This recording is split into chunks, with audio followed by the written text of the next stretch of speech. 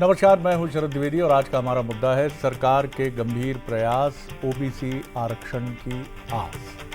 पहले ये समझना बहुत ज़रूरी है कि ये मसला अब कहां तक पहुंच गया है। और आरक्षण की आस की बात करें तो ये इसलिए कि सुप्रीम कोर्ट में सितंबर के चौथे सप्ताह से निर्णायक सुनवाई की बात सामने आई है। यानी अब इस मसले पर देश की सर्वोच्च अदालत अपने निर्णय के साथ सामने आएगी और इसकी प्रतीक्षा सभी को है। तो पहले देखते हैं ये रिपोर्ट और उसके बाद फिर डिबेट की। रंग लाए सरकार के गंभीर प्रयास, प्रदेश में ओबीसी आरक्षण की जगी आस, मजबूती से सुप्रीम कोर्ट में रखा पक्ष, सरकार की मंशा पर सवाल उठा रहा विपक्ष। मध्य प्रदेश में लंबे वक्त से अटके ओबीसी आरक्षण का फैसला जल्द ही हो सकता है।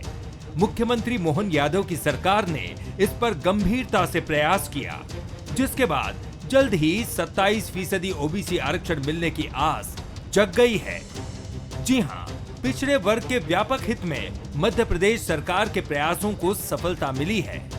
मंगलवार को सुप्रीम कोर्ट में सरकार ने मजबूती से पक्ष रखा, जिसके बाद अब 23 सितंबर से अंतिम निर्णय तक हर रोज रेगुलर सुनवाई होगी।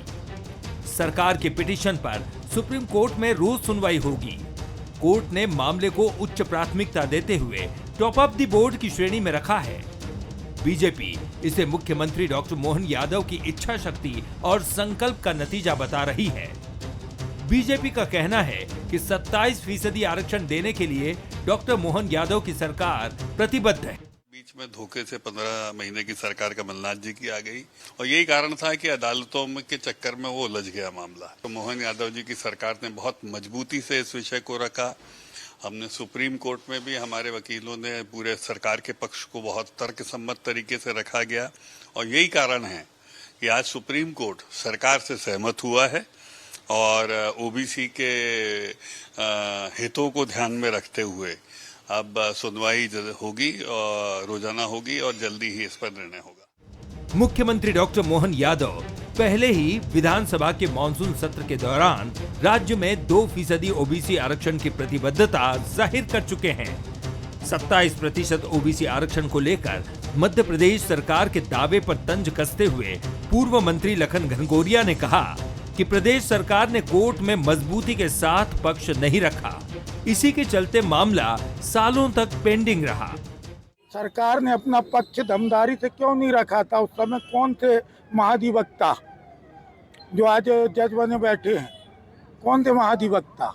उनने रोका था ना। ये तो हमने कर दिया था, माननीय कमलनाथ जी की सरकार ने, वो सदन से पारित किया था, जिसके सदस्य शिवराज सिंह जी भी थे, मोहन यादव भी थे।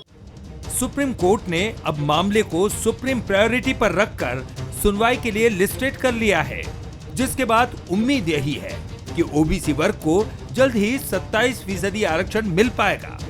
लेकिन सवाल यही है कि हर मामले का फैसला सुप्रीम कोर्ट की दहलीज पर ही क्यों होता है?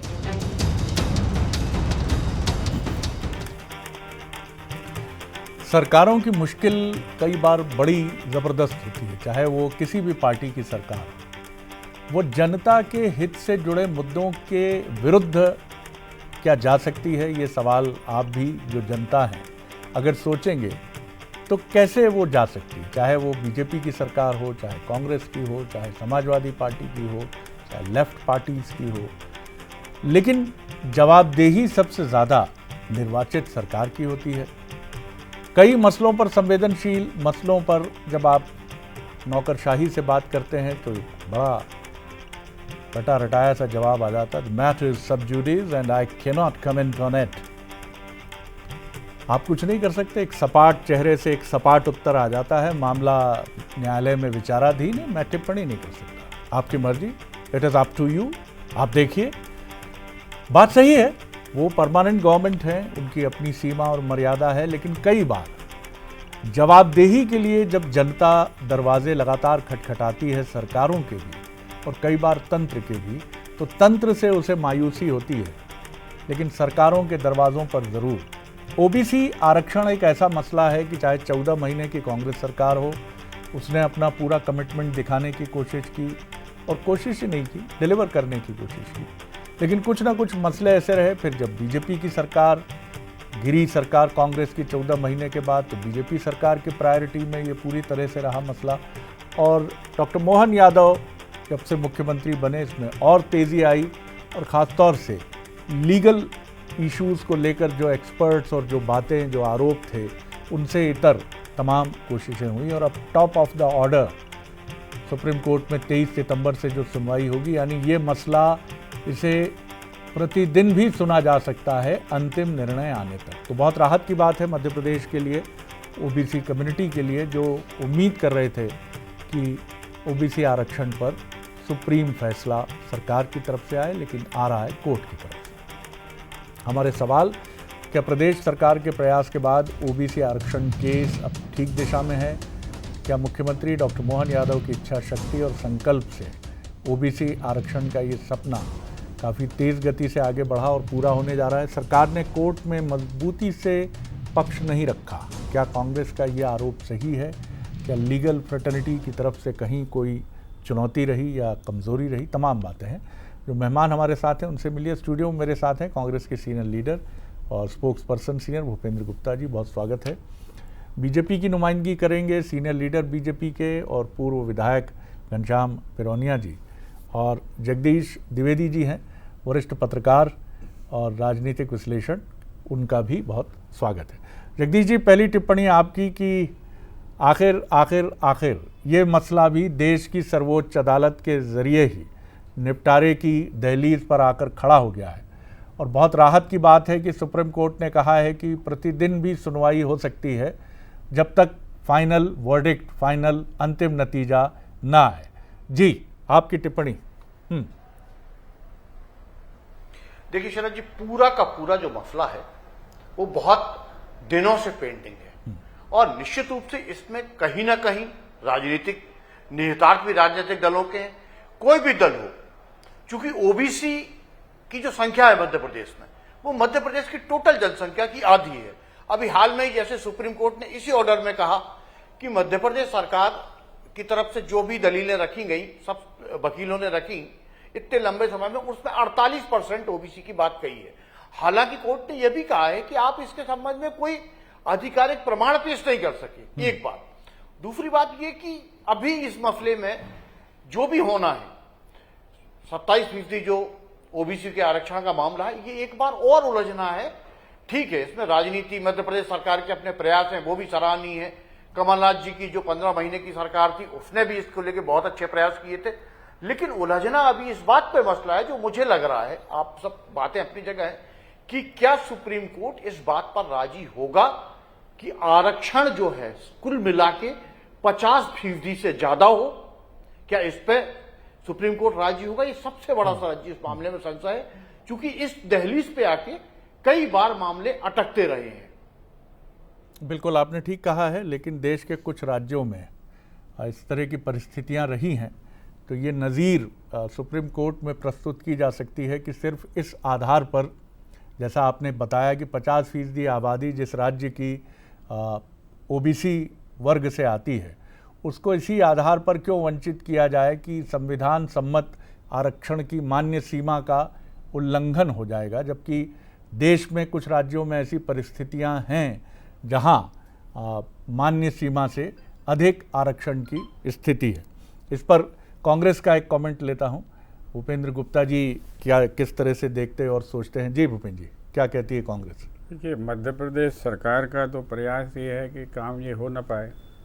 पिछले बार की अगर आप जो है वीडियो वो देखेंगे अदालत के, तो जब जो है ओबीसी की तरफ से जब एडवोकेट ने कहा कि सामने वाले पक्ष को भी इस पर कोई आपत्ति नहीं है, और जब दोनों पक्ष इस मामले में सहमत हैं, तो सरकार के वकील ने जो है पलट कर कहा कि आपसे किसने कहा कि हम सहमत हैं, हम इसके विरोध में हैं। तो ये सरकार की मंशा तो स्पष्ट है। और जो सुप्रीम कोर्ट ने आज टिप्पणी की है कि 6 महीने से आप क्या कर रहे थे, तो ये टिप्पणी अपने आप में सरकार की मंशा की तरफ ही संकेत करती है कि जो बातें हैं, जो सड़क पर बयानबाजी अलग है, और अंदर जो आपके जो विचार हैं, जो मंशा है, वो बिल्कुल अलग है। आप ये बताइए कि 48% का जो है डाटा सरकार को कोर्ट को देना चाहिए था, आप 4 साल में जो है ये डाटा नहीं तैयार कर पाए। एक सरकार जो है, इतनी बड़ी सरकार यहाँ पर बैठी है 4 साल से, वो कहते हैं कि हम ओबीसी का मुख्यमंत्री हैं, जो चले गए वो भी ओबीसी के थे, जो आज हैं वो भी ओबीसी के हैं। ये आंकड़ा नहीं तैयार कर पा रहे, डाटा नहीं दे पा रहे हैं कोर्ट को, और कोर्ट को जो है टहला रहे हैं। तभी तो कोर्ट ने कहा कि 6 महीने से क्या कर रहे थे आप।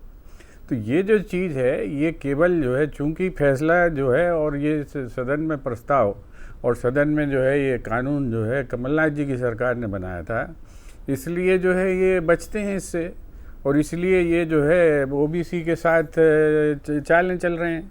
दूसरी चीज़ मैं आपसे कहना चाहता हूँ कि ये जो 50% की जो कैप है, इसकी जो बात है कोई अब बेमानी है, इसलिए कि जो है छत्तीसगढ़ में जो है ये कैप क्रॉस हो चुकी है, तमिलनाडु में क्रॉस हो चुकी है, मध्य प्रदेश में खुद ही आप जब EWS आपने दे दिया तो यहाँ भी क्रॉस हो चुकी है।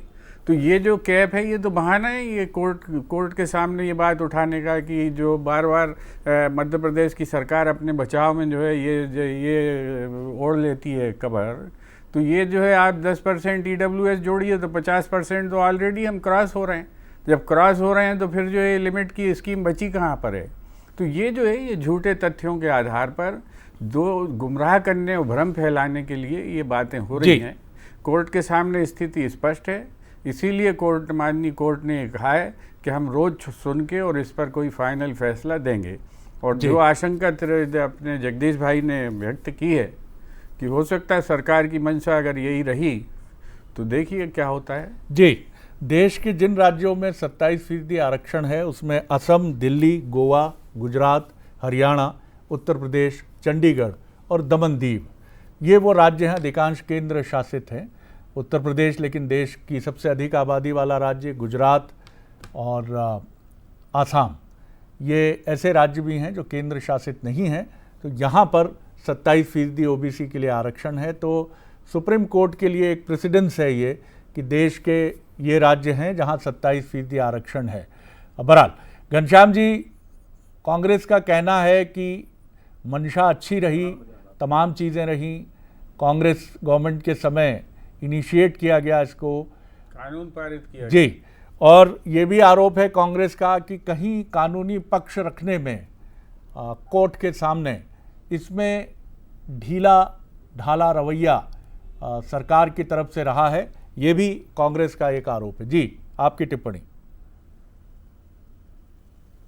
नहीं शरद जी, देखिए, भारतीय जनता पार्टी की सरकार ये हमेशा आरक्षण के पक्षधर रही है, और कहीं ना कहीं डॉक्टर मोहन यादव जी की सरकार के यथक प्रयासों का ही ये है कि आज मध्य प्रदेश में पिछड़े वर्ग के व्यापक हित को ध्यान में रखते हुए और कहीं ना कहीं सफलता के प्रयास ये आज कहीं ना कहीं ध्यान में आए हैं।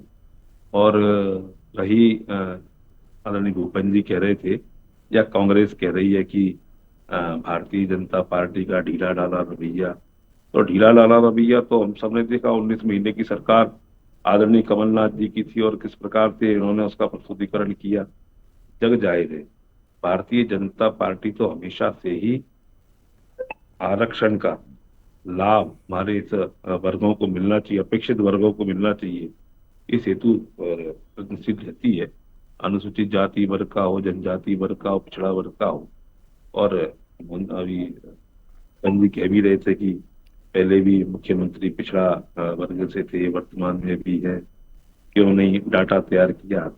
मैं निवेदन करता हूं, देखिए, सरकार की मंशा अच्छी है और मंशा के अनुरूप इन वर्गों का सर्वांगीण विकास हो, कल्याण हो और लाभ मिले, इस हेतु सरकार सतत प्रयत्नशील है। और मैंने पिछली बार भी कहा था कि मध्य प्रदेश में देखेंगे आपको संवैधानिक दर्जा देने का काम भी पिछड़ा वर्ग आयोग को, क्योंकि हमारी मंशा अच्छी है। मन वचन कर्म से हम इन वर्गों का कल्याण सोचने का काम करते हैं, राजनीति करने का काम नहीं करते हैं।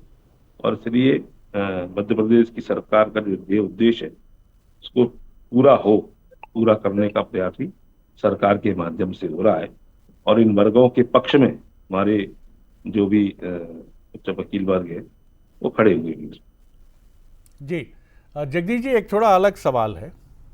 सवाल यही है कि अब जिस तरह से हमारे ख़ासतौर से 2004-05 के बाद जब सूचना का अधिकार कानून प्रचलन में आया और उसके बाद तंत्र से जुड़े हर विषय को अब राइट टू इन्फॉर्मेशन एक्ट के तहत आप पूछ सकते हैं, और एक लोकतंत्र में जहां मीडिया है, जहां सोशल मीडिया है, जहां आप खड़े होकर किसी पार्क में, चौराहे पर देश के सर्वोच्च नेताओं के विरुद्ध कई बार तो माफ़ कीजिएगा पीड़ा भी होती है कि अपशब्द तक कहे जाते हैं, ऐसे लोकतंत्र में निश्चित तौर पर जवाबदेही सरकारों की बढ़ती चली जा रही है। और हम देख रहे हैं कि कोर्ट के दरवाजे पर, हाई कोर्ट और सुप्रीम कोर्ट के दरवाजे पर सरकारों की कई बार माफ़ कीजिएगा क्लास लगती है। और इसका बड़ा कारण ये होता है कि जो ब्यूरोक्रेसी की तरफ से जवाब जाते हैं, उन जवाबों से माननीय न्यायालय संतुष्ट नहीं होते, और खिंचाई चूंकि ब्यूरोक्रेसी की नहीं होती, वो परमानेंट गवर्नमेंट है, कई बार उनकी भी होती है, लेकिन सरकारों की अधिक होती है। इसमें सबसे महत्वपूर्ण जो विभाग है वो है कानून विभाग, लेकिन माफ़ कीजिएगा कई बार ऐसा लगता है कि उतनी तवज्जो नहीं होती, जबकि यहाँ बहुत मजबूती होनी चाहिए। हर केस कैसे रिप्रेजेंट करना है सरकार का हाई कोर्ट में या सुप्रीम कोर्ट में, ये बहुत साफ होना चाहिए। जी शरद जी, सबसे पहले तो मैं एक बात ये कहूंगा, किसी ने भी कोई बात कही, भाई कांग्रेस का कहना है कि हम, चाहे वो प्रमोशन में रिजर्वेशन का मामला हो, चाहे वो ओबीसी को 27% रिजर्वेशन देने का मामला हो, आप एक चीज देखिए, अगर मंशा दोनों सरकारों की अच्छी है, वही उसी बात पे मैं आना चाह रहा था, तो क्यों नहीं सरकारें अपना पक्ष ठीक तरीके से सुप्रीम कोर्ट पे रख पाती, और क्यों नहीं इस बात की मॉनिटरिंग होती कि जब कोर्ट में खड़े हों हम, तो हम कौन सी प्ली के साथ खड़े हों, हम किन तथ्यों के साथ खड़े हों। कई बार असहज स्थिति बनती है, इस बार भी असहज स्थिति बनी। सरकार, जो भूपेंद्र जी जिस बात को कह रहे थे कि इस बार भी कोई बहुत अच्छी स्थिति नहीं बनी शरद जी, इस बार भी असहज स्थिति बनी। बात इस बात, सवाल मेरा फिर वही था जो आपने कहा कि हम क्यों नहीं एक ऐसी लाइन तैयार करते जो कोर्ट में हम अपना पक्ष मजबूती से रख सकें, चाहे वो छोटा सप्लीमेंट्री भी है जगदीश जी का मामला हो, चाहे प्रमोशन रिजर्वेशन का मामला हो, ओबीसी का मामला हो। कईयों बार हमने एक छोटा सप्लीमेंट्री सवाल भी है जगदीश जी। सवाल ये है कि क्यों राजनीतिक नियुक्ति होती है अटॉर्नी जनरल के लिए, राज्य का महाधिवक्ता क्यों नहीं, माफ की मैं नहीं कहता हूं कि वो योग्यता के आधार पर नहीं चुने जाते होंगे, लेकिन क्यों ना हम ऐसे एक सुप्रीम व्यक्ति को चुने जो लीगल धारा का निष्णात व्यक्ति हो। कोई भी सरकार हो, ये जो पद है इसके पीछे माफ कीजिएगा राजनीतिक दबाव या राजनीतिक पसंद नापसंद बहुत मायने रखती है, और कई बार यही सरकारों के लिए चुनौती भी बनता है। जी बिल्कुल शरद जी, आपने सही कहा, लेकिन राजनीति में ये चूंकि सालों से बहुत सारी चीजें होती आई हैं, कोई नया नहीं है इसमें, तो होना तो वही है राजनीति में। हम बात कर लें, आप, ये बात आपकी सही है कि ऐसा होना चाहिए। बहुत सारे ऐसे इश्यूज हैं शरद जी जिसमें हम ये कह सकते हैं कि ये होना चाहिए, वो होना चाहिए, लेकिन वस्तुतः हो क्या रहा है। जो सबसे बड़ी दिक्कत है वो दिक्कत यही है कि कहीं ना कहीं सरकारें राजनीति के को आगे रखती हैं, और ऐसे मसले जो इंपॉर्टेंट होते हैं वो कहीं ना कहीं पार्श्व में चले जाते हैं, और फलस्वरूप कई बार स्थिति शरद जी असहज बनती है। बिल्कुल बिल्कुल ठीक कहा आपने जगदीश जी, और चुनौती कभी भी आ सकती है। जैसे आपका ईयरफोन अभी हिल गया और ये नीचे आ गया, तो ऐसे कई बार कोई भी चुनौती इस तरह की कभी भी आ सकती है। मैं एक चीज और जोड़ूंगा जी, कहीं ना कहीं शरद जी ब्यूरोक्रेसी पे, कोई भी सरकार हो, मैं इसका नाम नहीं ले रहा, एक कठोर लगाम जरूरी है। हम विधानसभा में जाते हैं, हम देखते हैं कई बार हमें खुद हास्यास्पद स्थिति सामने आती है कि इस तरह के शरद जी जवाब आते हैं विधायकों के सवालों के, क्या सर पकड़ लो अपना। जी जी जी जी बिल्कुल ठीक है, और इस पर बहुत चिंतन मनन की ज़रूरत है, क्योंकि आप हर जगह ये कह के नहीं निकल सकते कि नहीं साहब, नहीं साहब, अब हो गया, अब हो गया। और राजनीतिक व्यक्तित्व जो है वो सबसे ज़्यादा जवाबदेह जनता और माफ़ कीजिएगा देश की अदालतों के सामने ही खड़ा होता है, जब वो 5 साल में अपना रिपोर्ट कार्ड जनता के बीच लेके जाता है, और बीच में जब मसले बिगड़ते हैं तो कोर्ट के सामने जाता है। जी भूपेंद्र जी। फिरौनिया जी की बात बहुत ज़ोरदार थी, बधाई दूंगा मैं उनको कि वो कह रहे हैं कि हमारी मंशा हमेशा से बहुत अच्छी रही है। जब हमने जो है महाजन आयोग के बाद 14% आरक्षण दिया, विरोध करने वाले आप थे, लेकिन आपकी मंशा बहुत अच्छी थी। जब जो है बीपी सिंह ने मंडल कमीशन लागू किया, आपने उसकी सरकार पटक दी, आपकी मंशा बहुत जोरदार थी। जब जो है कमलनाथ जी ने कानून पारित किया और 27 सुन तो लीजिए दादा सुन तो लो, आपकी मंशा ही बता रहे हैं, आपकी बहुत शानदार मंशा थी, इसकी तारीफ भी कर रहा हूँ। जब कमलनाथ जी ने कानून बनाया, आपके लोगों ने वोट डाली उसके पक्ष में, लेकिन आपकी मंशा बहुत अच्छी थी, कोर्ट चले गए और उस पर स्टे लगवा दिया और भाई साहब अब जज बन गए जिनने लगवाया था। आपकी मंशा इतनी अच्छी है कि आप 48% जी की आबादी है उनकी, इसका हिसाब किताब अभी 4 साल में भी नहीं दे पाए। मंशा आपकी बहुत अच्छी है। आपका वकील अदालत में कह देता है कि साहब जो है हम इसके पक्ष में नहीं हैं, लेकिन आपकी तो मंशा अच्छी है। ये जो है ये मंशा कब तक आपकी खराब होगी, आप ये बता दीजिए, तो ये आरक्षण मिल जाएगा। अभी अच्छी में तो आप ये निपटाते जा रहे देश को, और जो है ये काम आप जो है लगातार कर रहे हैं। ये सब आपके जो में लिखे हुए हैं कि आपने बीपी सिंह की सरकार गिराई, आपने 27% जवाब ले लेते किया, आपने महाजन आयोग का विरोध किया, ये सब आप कर बोलिए घनश्याम जी। नहीं देखिए शरद जी, असल में क्या है, आदरणीय भूपेंद्र जी वरिष्ठ हैं, बड़े विद्वान हैं, लेकिन मैंने मंशा इस हेतु नहीं कही थी। मंशा मन वचन और कर्म से भारतीय जनता पार्टी की सरकारें जैसे शोषित, पीड़ित, उपेक्षित, वंचित और पिछड़े वर्ग के कल्याण के लिए काम करती आई हैं। हमारा इतिहास है, कांग्रेस का इतिहास कैसा है, वो मंशा में रखोगे आप नहीं जाए कुल मिला करके। देखिए आरक्षण के बारे में भ्रम पैदा करने का काम, संविधान को खत्म करने का भ्रम पैदा करने का काम ये कांग्रेस लंबे से समय से करती आ रही है। दिख रहा है लोगों को, जनता को दिखाई देता है, और जनता को अच्छे से पता हुआ है कि संविधान को कौन खत्म करता है, आरक्षण को कौन खत्म करता है, ये सब जनता जानती है।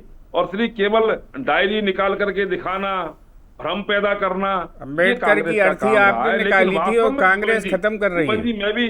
मैं भी अनुसूचित अम्बेडकर की अर्थी आपने निकाली थी, कांग्रेस खत्म कर रही है। झंडा आपने जलाया था तिरंगा, और कांग्रेस गलती कर रही है। भूपेंद्र जी, पिछड़े आपने जो है झंडे को कुचला पांव से, तो लेकिन कांग्रेस गलती कर रही है। आपने बहुत अच्छे काम किए, राष्ट्रवाद था आपका ये। न भूतो न भविष्यति कभी कांग्रेस ने किया ही कर नहीं दो है। फिर अभी ये दे दो 48% का जो है डाटा उनको दे दो कोर्ट को, काम खत्म हो जाएगा, भविष्य हो जाएगी। करती आई है ये डाटा दिलवा दो आप और इसलिए आप निश्चिंत रहें। मैंने मंशा को दिलवा दीजिए, न भूतो न भविष्य। हमारी मंशा अच्छी है, और मंशा अच्छी होने के कारण हम इन वर्गों का कल्याण करना चाहते हैं। 4 लाठियां मारी हैं, आपकी मंशा बहुत अच्छी है। लेकिन चलिए जगदीश जी, फाइनल कमेंट आपका जी। देखिए शरद जी, मैं दोनों सरकारों की मंशा पे सवाल नहीं उठा रहा हूं, बिल्कुल ठीक बात, लेकिन सबसे बड़ी चीज ये है कि कोई भी सरकार ने, देखो सरकार भी इस मसले पर राजनीति करती आई है। 2 दशक से मामले उलझे हैं शरद जी, चाहे वो प्रमोशन में रिजर्वेशन का हो, चाहे वो 27% आरक्षण का हो। चूंकि सरकार में सीधा सरकारों की मंशा वैसी नहीं रही, और सरकार ने जो लोग नियुक्त किए, या हम ये कह लें कि सरकारों की मंशा अच्छी रही होगी, लेकिन सरकार ने जो लोग नियुक्त किए उनकी मंशा मामले को लिंगर ऑन करने की रही। कोर्ट के दरवाजों पे ये मामले सालों साल से लटकते रहे। सर कोर्ट स्टे देता है, फिर आप स्टे को वैकेट कराने जाते हो, फिर आप जो है आपका महाधिवक्ता खड़ा होता है, पक्ष में वकील खड़े होते हैं। आप देखिए ना, लगातार पदोन्नति के मामला में भी सुप्रीम कोर्ट में फंसा है, उसने हाई कोर्ट में भेज दिया, हाई कोर्ट में फिर आके उलझ गया, सरकार ने पदोन्नति के नियम बना लिए, फिर स्टे मिल गया। ये बहुत सारी चीजें शरद जी ऐसी हैं जिन पे जो नीति नियंत्रण के लोग बैठे हैं उन पे बहुत वॉच रखने की जरूरत है, तब ऐसे मामलों के हल होंगे। अभी भी जो आप कह रहे हैं ठीक है, सितंबर में एक फैसला आ जाएगा, 23 सितंबर से इसकी कंटिन्यू सुनवाई कर रहा है, ठीक है। हम ये भी मान लें, जो बार बार जो बात को आज मैंने उठाया कि 48% ओबीसी की बात मध्य प्रदेश गवर्नमेंट ने कही है, कोर्ट ने उसका डाटा मांगा है, हम मान लें कि इसके पहले गवर्नमेंट डाटा भी दे देगी। फिर भी मैं आपको बता रहा हूं, इस बात की गारंटी नहीं है कि मामला सब कुछ ठीक ठाक हो जाएगा, सितंबर के बाद हो जाएगा। उम्मीद इसलिए है जगदीश जी, उम्मीद इसलिए है, विस्तृत चर्चा की जरूरत है। कई मुद्दे ऐसे हैं जिनको मैं चैनलों के सामने अभी नहीं कहना चाहता, बहुत सारी जिसमें चीजें हैं। चंद महीने पहले हाईकोर्ट ने और फिर बाद में सुप्रीम कोर्ट ने भी ये बात कही थी कि 27% ओबीसी के आरक्षण संबंधित कानून को लेकर कोई रोक नहीं है। ये पहले हाई कोर्ट और फिर सुप्रीम कोर्ट ने कहा, इसलिए ये बहुत संभावित माना जा रहा है कि जो फैसला आएगा वो इसके पक्ष में हो सकता है। और आपने बिल्कुल ठीक कहा, कोई भी सरकार जनता के मत के विरुद्ध नहीं जाती, लेकिन ये मत उलझता तब है जब ये कहीं जातियों के गणित में उलझता चला जाता है कि इस फैसले से एक वर्ग खुश होगा तो दूसरे वर्ग को तो कष्ट नहीं होगा, या उसका गणित कहीं चुनौती तो नहीं बनेगा। ये सारी जो लोकतंत्र की चुनौतियां हैं जिन्हें हमारे माननीय राजनेता सबसे अच्छे तरीके से समझते हैं, और कई बार उनकी मंशा पर यही चीज़ें, जैसे माना जाता है कि अब राजनीति में अगर आप सवर्ण हैं तो आपके आगे बढ़ने की संभावनाएं बहुत चुनौतीपूर्ण हो जाती हैं, लेकिन ये सारी चीज़ों से बाधा पैदा कर अगर हुई है तो इससे निपटने का भी काम माननीय राजनेताओं को ही देखना है कि कैसे आप राजनीति को, जाति आरक्षण एक बहुत अच्छी व्यवस्था है और जब तक ये रहेगी, जब तक समाज का कमज़ोर तबका है, लेकिन इसके साथ समाज के सभी वर्गों में सौहार्द और एक दूसरे के प्रति आदर का भाव, कहीं हमारी लोकतांत्रिक और चुनी हुई सरकारों की चुनावी प्रक्रिया ने क्या इसको बहुत नुकसान पहुंचाया है? ये सवाल आपको देखना पड़ेगा, क्योंकि ये देश के भविष्य का सवाल है। बहुत शुक्रिया आप तीनों मेहमानों का, और आगे देखिए हमारा खास प्रोग्राम टाइम मैटर। नमस्कार।